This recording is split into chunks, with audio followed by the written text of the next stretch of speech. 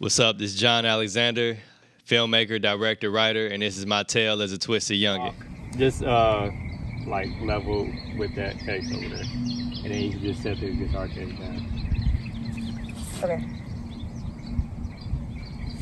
I think I understand what you mean. Just like stop there. Yeah. Okay. Yeah. So just pick it up, walk, stop there, and set it down. Got it. Alright. Action.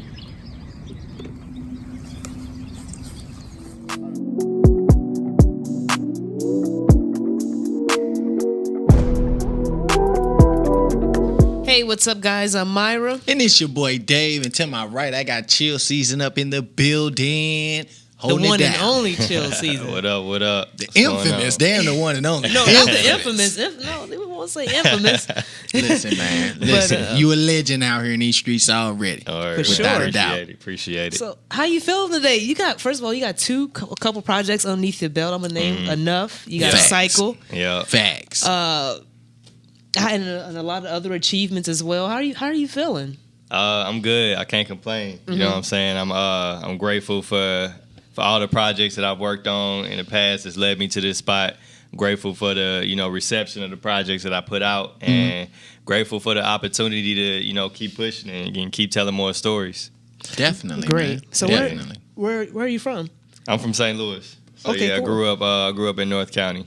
Okay. What right. part of North County? You say North County, they think Yeah, them that's pistols it. popping automatically, man. You gotta let them know what part. Yeah, I grew up in Hazelwood, Florissant area. Okay. So yeah. There we go. Tame part of North County. Okay. Yeah, There we it's go. a little See, more it ain't chill. so bad. See, y'all out there, y'all losing y'all mind. Okay? How did you get into filming? It's crazy, man. It really came just from like other creative endeavors. Like I was into music in high school. I was always kind of like a storyteller as a kid. Okay. I used to play with toys, like my Batman toys all the time, or like pen tops, or like Right. stapler removers, pretending they monsters and stuff like that. Okay. So I got into photography in high school, like landscape photography and everything. And from there, I just kind of like wanted to grow outside of that, and I picked up, a camera and like video editing. We would like shoot music videos and like vlogs and stuff of our, just doing stuff in the studio or just like out playing basketball or whatever. And I would always cut them together. Okay. And we'd Okay. put them on Bebo and MySpace and stuff like that. Bebo that shit. There we go. That's something people don't know about. That's throwback. That's throwback. And then from there, I just like really fell in love with like shooting and editing. I went to school for it, and that's where it kind of came from. Oh, now you say you went to school for it. Yeah, That's I some went to different school shit. for Now it. hold on. Now let me dive into that real Right. quick then, For because sure. most people out here they'll look at your success, because you do have some success out here in these streets. They'll look at that and they'll take it as you out here. You picked up the camera one day, just like most people pick up the mic. You just picked up the camera one day, started filming, like you said, went from vlogging and everything, and upgraded and got into the industry, and now you out here producing short films and you making a name for yourself. People don't understand that little circle right there in between, the little patch in the middle, is that you went to school to actually get certified in some of this shit, correct? Yeah. So I went to school, got my bachelor's degree in film production. Okay. And, From where? from Full Sail There down you in go. Orlando. You So- went to Okay. Full Sail? Yeah. Man, So I was gonna go to that school. Hey, man. Yeah, So, paid yeah. $150 deposit and all that. Yeah. With the There we apartment. go, Oh, man. That's my what I'm God. talking Now, about, man. It was definitely an experience, man. I lived down in Orlando for probably like 2.5 years. How was that? It was different, man. It's funny. It was hella different. I went down there, like the first probably month I went down there, I was like thinking like, damn, I ain't gonna make no friends down here because everybody different from St. Louis. Right. I'm like, damn, I don't even know if I'm gonna fit in. But luckily I kind of found my little circle or whatever, and we we went up with it. But it was a dope experience. I learned a lot. I learned mostly a lot about how to survive in the world, you know what I'm saying? And just like how to navigate certain situations and stuff. So you was out there by yourself? You had no family out there or nothing like that? I had an uncle down there. So Okay, he there you definitely go. helped out a lot. It definitely helped a lot to have him down there for whenever I needed him. So That's yeah. what's up. There we go. I want to touch on something, and I screenshot it because I'm like, man, this is a powerful message. Like going back to your films, like while I'm pulling this up, I want to note something. I was taking a look at your short film, and not just with this particular short film that I was watching, but I noticed like with your work, and I don't know who your some of the filmmakers that you look up to for inspiration or you pull it from, but I pulled out of it like some John Singleton. And I did that because the emotional relationship with the characters that gives off to the audience. And that's what pulled people in. Like anybody can shoot a film, but it was you weren't selfish with showing the showcase on the characters to develop that relationship with them. And I think that's why people love that Boys in the Hood or whatever movie, because of the emotional relationship with the characters that you develop and the unselfishness on the director when showcasing that. And that's what I get that you have. I can sense that you have that in you. So I'm like, oh wow. When I saw that, I'm like, man, this is like some John Singleton type stuff. Like I've watched like the Larry Hughes or those, but it's different. It gives you a different feel. But not only that, so I was reading an article and then the screenshot, you said, what did I pull it up? I'm gonna pull it up for you. You said, when we see representation of mental illness on the big screen, we often view it through passive eyes. We witness the effects it has on the main character and the people that surround them, but rarely do we climb into their minds to feel the weight of anxiety on their chest and hear the screams of self-doubt that run on repeat. There is a barrier there that separates us from genuine empathy. You know, did you say that? I said, yeah. Or did somebody? I said they definitely kind of sauced it up a little bit, but that's the. But they sauced it up really No, good. man. They sauce some shit up. and- You gotta set the record straight, man. What you tell them people up there No, today to do some sauce on? that message, the message you getting from it, I said that they just kind of like put their editorial that's spin great. on it. Yeah, Okay. yeah, but no, that exact message that you just read out, that's like what I said, and I think it's important to kind of like dive in with these characters, like feel what they feeling, and just really take on the weight that they're taking on in the story. Because I feel like that's kind of like a key thing with what I do to kind of like just make it as authentic as possible. So yeah. So when we're talking about your short films and everything, more than anything, it's Cycle, because I liked enough too, but Cycle, that shit was different. Cycle was, you take it there, because a lot of people, man, you dive into the mental health aspect and everything, and like you said, you really want to talk about the stigmas towards mental health. First question is, what do you think the stigmas are towards mental health? And then secondly, with the mental health, have you ever thought about PTSD? That type of thing. Hell yeah. So I'll start with like the stigmas with mental health is just like it's something that people don't want to deal with. It's shown as it's looked at as like a weakness. Correct. It's looked at as like, I'll stop it there. It's looked at as a weakness and something that people don't want to deal with. And a lot of people, that we know are dealing with PTSD because of the things that they've seen growing up, the things that they've gone through mentally and emotionally. And it's something that a lot of people aren't addressing. Thankfully, it's becoming more common now for people to like really address their mental health issues and really try to take care of it. But it's still a lot of work to do with that. Yeah, man. I mean, I think, like you said, you are right. Because a lot of people, they look at mental health and they associate it with being weak or not even want to talk about it because people look at it as a disorder. So they down. They feel like they don't want to look down upon. Right, they don't want people to look down upon them or something like that. Another aspect of it, though, the reason why I asked about the PTSD, people hear PTSD and just automatically think military war. Right. Military war. No, it ain't got shit to do with that. PTSD can happen from seeing your best friend get shot on the corner.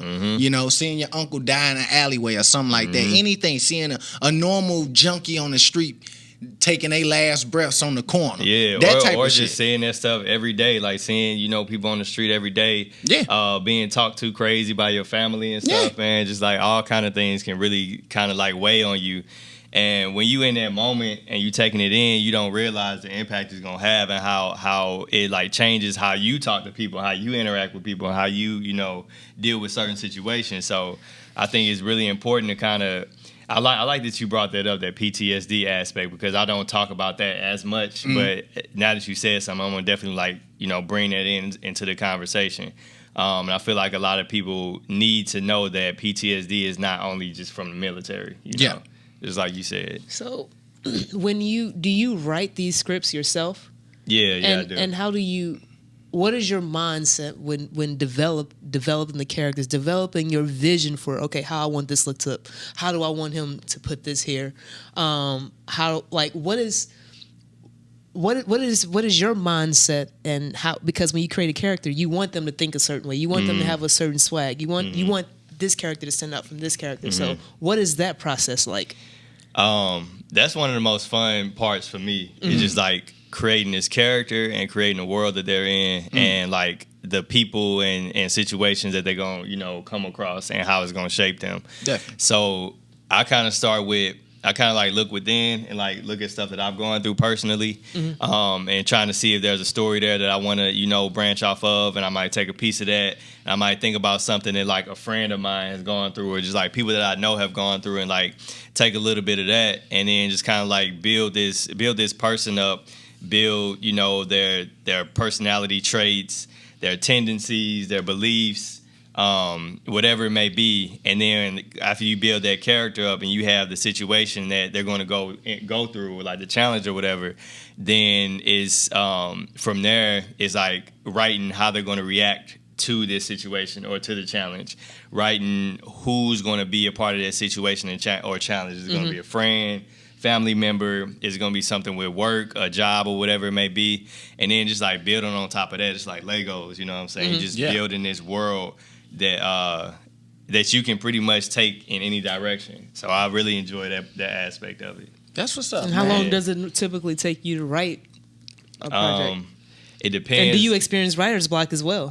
Yeah, definitely. I definitely and how do you get those creative juices flowing? Like, how does all that go together? Right. So depending on how long the script is, it may take me 1 month to get like a draft out. It may take me 2, 3, 4 months to get a draft out. Okay. So it depends on like how close I am to this story, or like if I just feel if ideas are just like coming out, you know, rushing or whatever, or not rushing, but like coming out towards this project, then I can I say I can get a draft out in about a month, or it could take me like 2 or 3 months, 2, 3, 4 months. It just depends on the story and how quickly these ideas are coming to me, and you know how I'm really feeling about the situation and the story. And in the case where I have writer's block and I need to like step away from the project, I do like a few different things. I might go out into nature. I love being out in nature, going hiking, going sitting by the water, just like listening to my surroundings and everything like that. I might go to the movies. I love going to the movies by myself, and just taking in the story of whatever movie I'm watching, whether it be good or bad, or watching TV shows, or just doing something else that's not pertaining to, you know, creativity. So I might research cars or something. I really like cars, so I might, you know, research different aspects or specs on cars and stuff. Just something to kind of like take my mind off of what this block is, and then return to it later.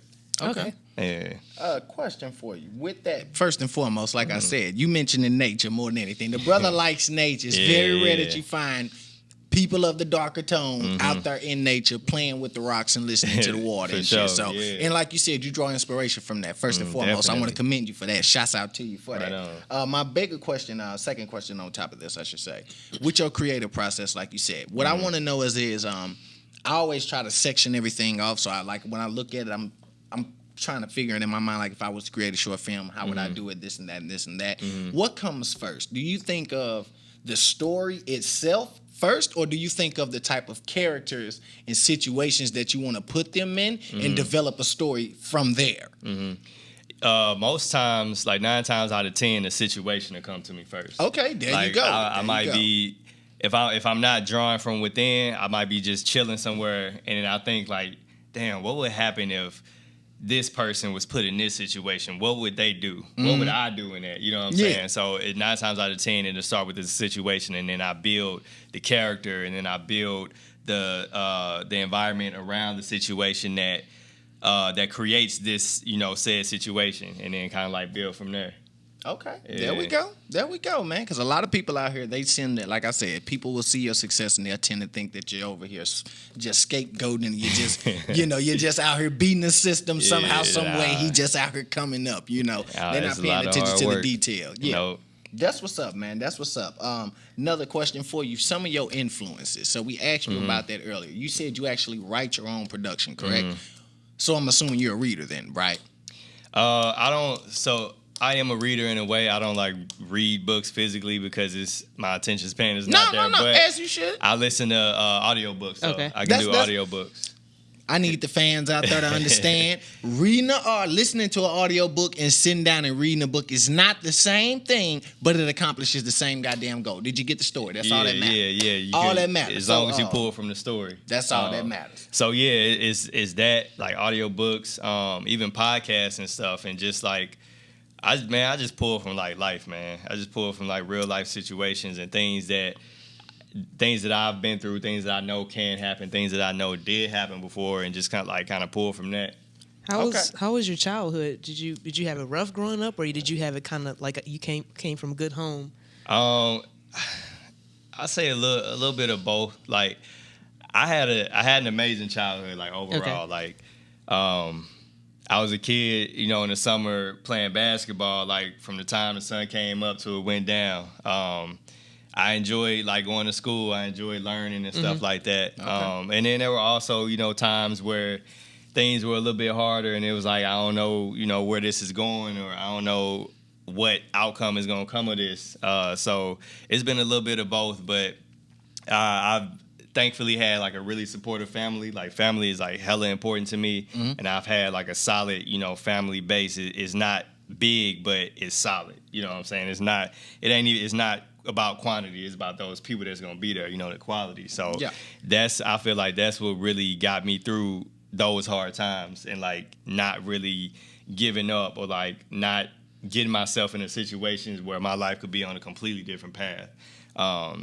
So yeah, and then all of that kind of like just ties into my storytelling, in general. You have any brothers or sisters? Yeah, I got a younger brother and an older sister. Okay. There you go. Yeah. Because I feel like, especially like with being a rapper, or singer, or artist, but like even with doing movies, that's not something that's going to be financial rewarding right away. Yeah. So it's like for you to have that support system to support you through that, and then not only that's mentally drainful as well, because it's like, dang, like these bills coming in, I need money. I'm a young man. I gotta take care of this. I gotta take care of that.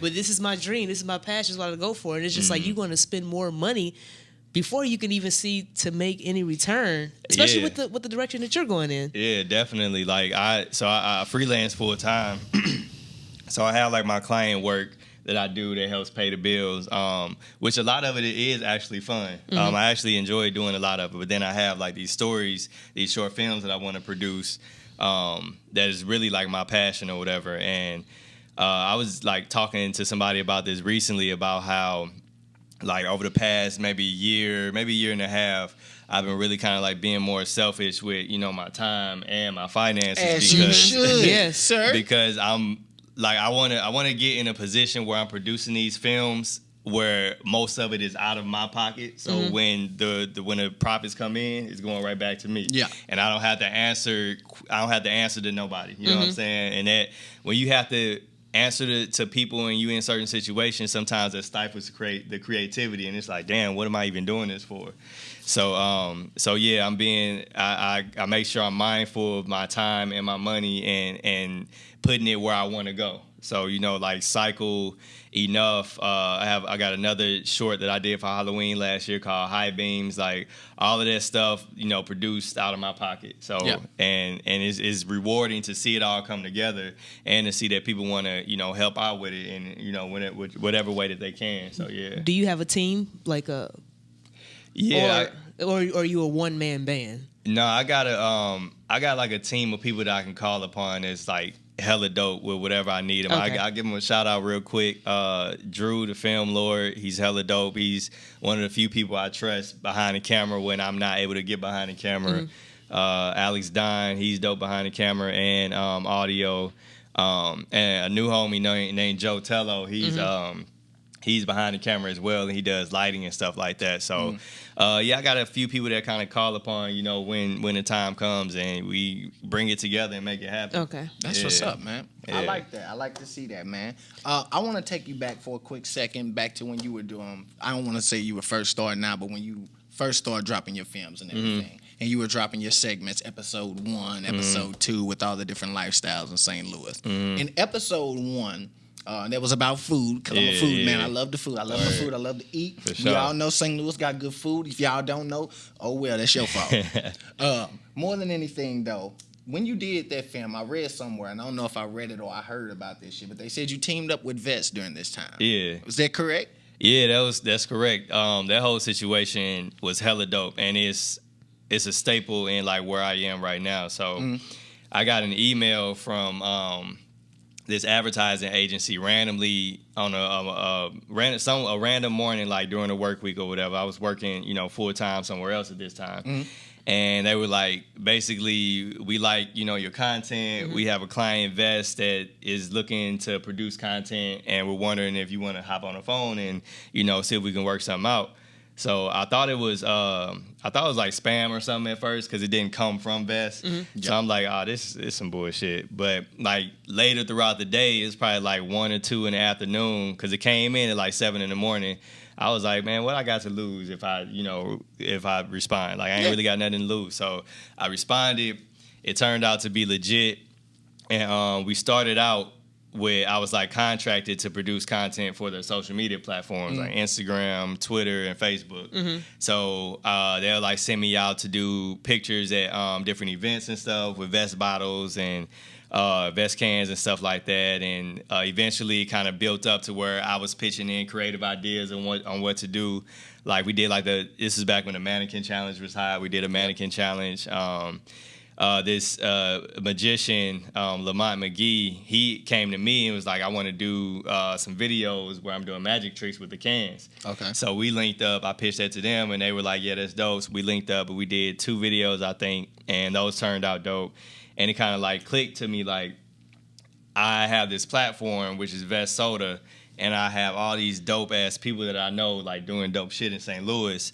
I need to bring these 2 together. So one day I, like, put together this little PDF, like a pitch, a pitch deck or whatever, to pitch them the St. Louis Made campaign, a docuseries or whatever. So I planned it out 4 different episodes: food, fashion, music, and just, like, tastemakers within the city. I had people in mind that I wanted to interview for it, and I put this all together in a PDF and sent it to them. They was like, yeah, we love it. How much is it going to cost? I'm like, I don't know. I gave them a number, and they was like, all right, bet. We're going to send you a check. And it was like that. It just happened that way. And I'm like, damn, like, I really got power. You know what I'm saying? That's power, where people are asking me to create something, and they're giving me the amount that I'm asking for, And they also gave me, which, although the money is very important, but more importantly, they gave me creative freedom. Yes. So all, like, that whole series, like, that was all me. They had like little small tidbits of like, we need to put the logo, at the end or whatever. We need to put the logo here, whatever it is. But the stories that I told, the way I shot it, all of that, they let me do what I wanted to do. So I've never seen a creative artist who have not been willing to fight for or willing to compensate dollars for creative freedom. Yeah, because the thing is, you got to think about it as the creative freedom. The creativity is a currency within itself. Facts. So if you're able to create, if you have a good amount of creative freedom and you're able to create something the way you want to create it, and it's being supported by this bigger platform, you don't know who is going to see that. And then when they see it, they seeing you. They're not seeing the platform. They seeing your work, and like, oh, we need to connect with this dude to do this, and this, and it brings you more opportunity. So it's definitely like a balancing act between the money and the creative freedom, and also just like knowing, just like having experience with how to leverage the creative freedom if you're giving up some of the money, in order to like get a return on investment kind of thing. So. It definitely comes with experience, but the creative freedom is definitely an important part of it. That's what's up. Now, Yeah. I also saw on your Instagram where you've been invited to a showcase. What is it? The St. Louis? Yeah, St. Louis Filmmaker Showcase. There you go. And congratulations on that, by the way. Shouts out to you. So how did that come about? They reached out to you, or with that, I submitted my film to them. So with film festivals. Pretty much you create your film, get it all together, and you just submit it to these different film festivals. And the key to it is to submit to festivals that are kind of like geared towards the content of the film. That's how you get like in more festivals. But yeah, I just submitted to a few other festivals, and if they like it, you get that acceptance email and you in. That's good. Are Definitely. Are you in a relationship? Nah. Kids? Nah. Well, Is it 'cause listen you're- here, man, because like is it we what you said, don't have time, or you haven't found anybody that can accommodate you, or No, that's not it. It's is it just by choice? It's just this is the time. This is the time for me. This is my time. You know what I'm Okay. saying? And I'm in a groove where I'm doing really well, and I have a lot of stories to tell, and I know how to tell them, and I know how to execute them the way they're supposed to be executed. So that's the focus right now, is just making this shit happen, because I know how to do it. I know how to put it together, and I know when I put it together in that way, I know what's gonna happen. You know, so that's what it's about, like getting myself to that space that I want to be in. you lose money chasing women. You don't lose women chasing money. Hey, yeah, that's true. That's true. Yeah. I mean, go ahead and let us know if you got some future projects coming up, man. Let us know what you got out here in these streets. Obviously, outside of what she just mentioned with the film coming up and everything. Let us know what else you got going. For sure. Yeah, I got a series that I had a screening for a few weeks ago, and I have another screening coming up in about 2 or 3 weeks. It's called Keep Nature. your eyes out for that. Yeah, it's called Nature of Sound. So it goes back to like me loving to be in nature or whatever. So what it is, I took 3 of my favorite St. Louis artists and took them to like 3 of my favorite parks in St. Louis and filmed them performing in the middle of nature, like away from, cars and people and roads and all of that stuff. Like we legit like in the thick of it, just performing and stuff. So Nice. I got Mad Keys, who's a producer, and he plays the keyboard and the violin, I think. I got Tonina, who is an amazing singer.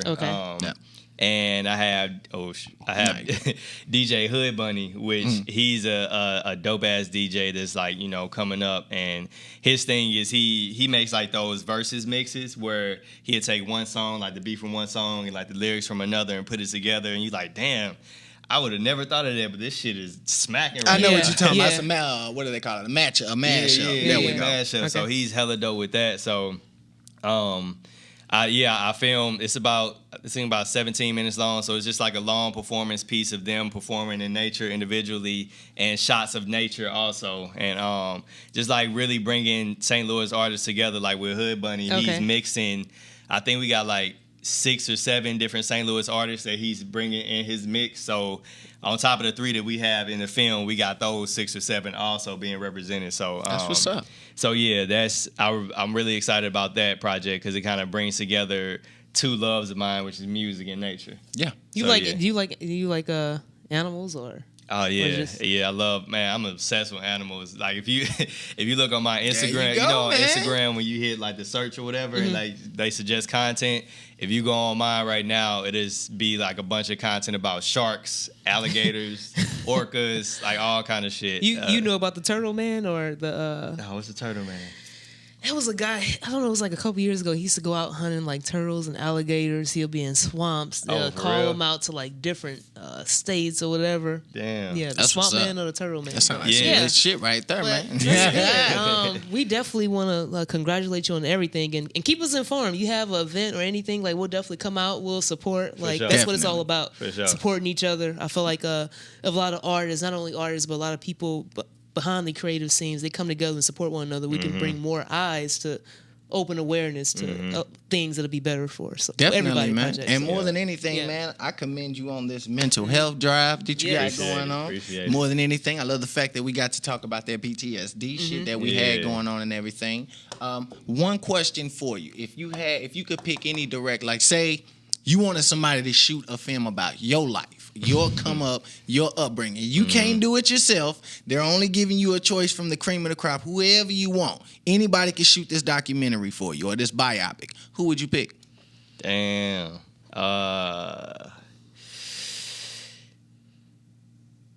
No, it's about your life. You want to be saucy. Can I do a mashup?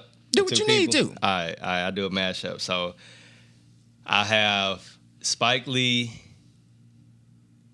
and damn, who else would I have? Gotta ask them hard questions. Oh man, you put me on the spot with it.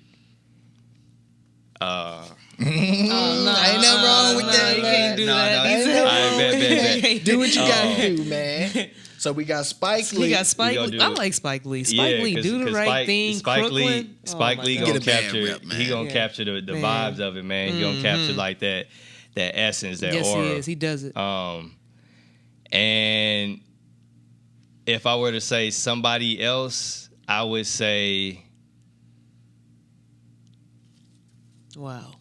oh man, this is hard, man. As it This should is be. hard. Gotta be, man.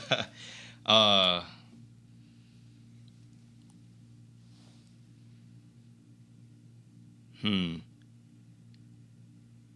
right. I'll say Spike Lee, and I will say Ari Aster, which Okay. Ari Aster did Hereditary, Yeah. and Midsummer, and I really love how he captures emotion, and he captures.